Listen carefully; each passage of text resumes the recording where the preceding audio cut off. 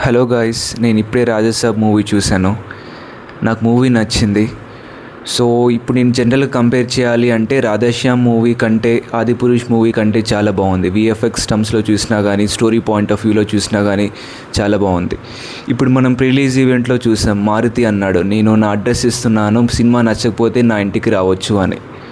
So అది over కాన్ఫిడెంట్గా అనిపించినా కానీ మూవీ చూస్తే పర్లేదు, ఒక మంచి మూవీ చూసాం అన్న ఫీల్ వస్తుంది. సో ఇంకా విడిగా చెప్పాలి అంటే ఫస్ట్ హాఫ్ బాగుంది, సెకండ్ హాఫ్ కూడా బాగుంది. కానీ సెకండ్ హాఫ్లో కొన్ని ఎలిమెంట్స్, అన్నెసరీ ఎలిమెంట్స్ ఉన్నాయి.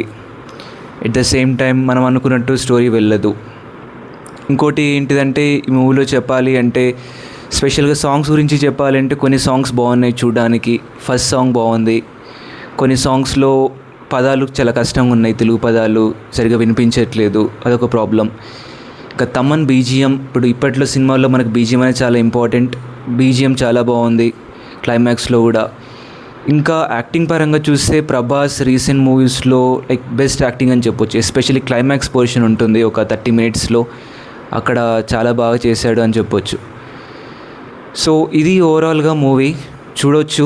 బట్ ఒక డిసప్పాయింటెడ్ విషయం నాకేంటంటే, ఇప్పుడు మనం ట్రైలర్లో చూసినట్టయితే ఫస్ట్ ట్రైలర్లో ఒక ఓల్డ్ ప్రభాస్ లుక్ ఉంది. ఓల్డ్ ప్రభాస్ లుక్ ఈ మూవీలో ఉంటుంది అనుకున్నాం, ఎందుకంటే మారుతి ఇంటర్వ్యూలో జోకర్ లుక్ సెకండ్ పార్ట్లో ఉంటుంది, కానీ ఓల్డ్ ప్రభాస్ ఉంటాడో ఉండడో చెప్పలేదు. సో నేనైతే ఓల్డ్ ప్రభాస్ ఉంటాడు అనుకుని వెళ్ళా. ఆ లుక్ చాలా బాగుండేది, ఆ సాల్ట్ అండ్ పెప్పర్ లుక్. కానీ ఆ ఓల్డ్ ప్రభాస్ అనేది దీంట్లో లేదు as of now here. So ఇంకా ట్విస్ట్లు కానీ ఇంకా ఏదైనా ఉంటే మూవీ చూసి తెలుసుకోండి. నాకైతే మూవీ నచ్చింది, మీకు కూడా నచ్చుతుంది అనుకుంటున్నాను.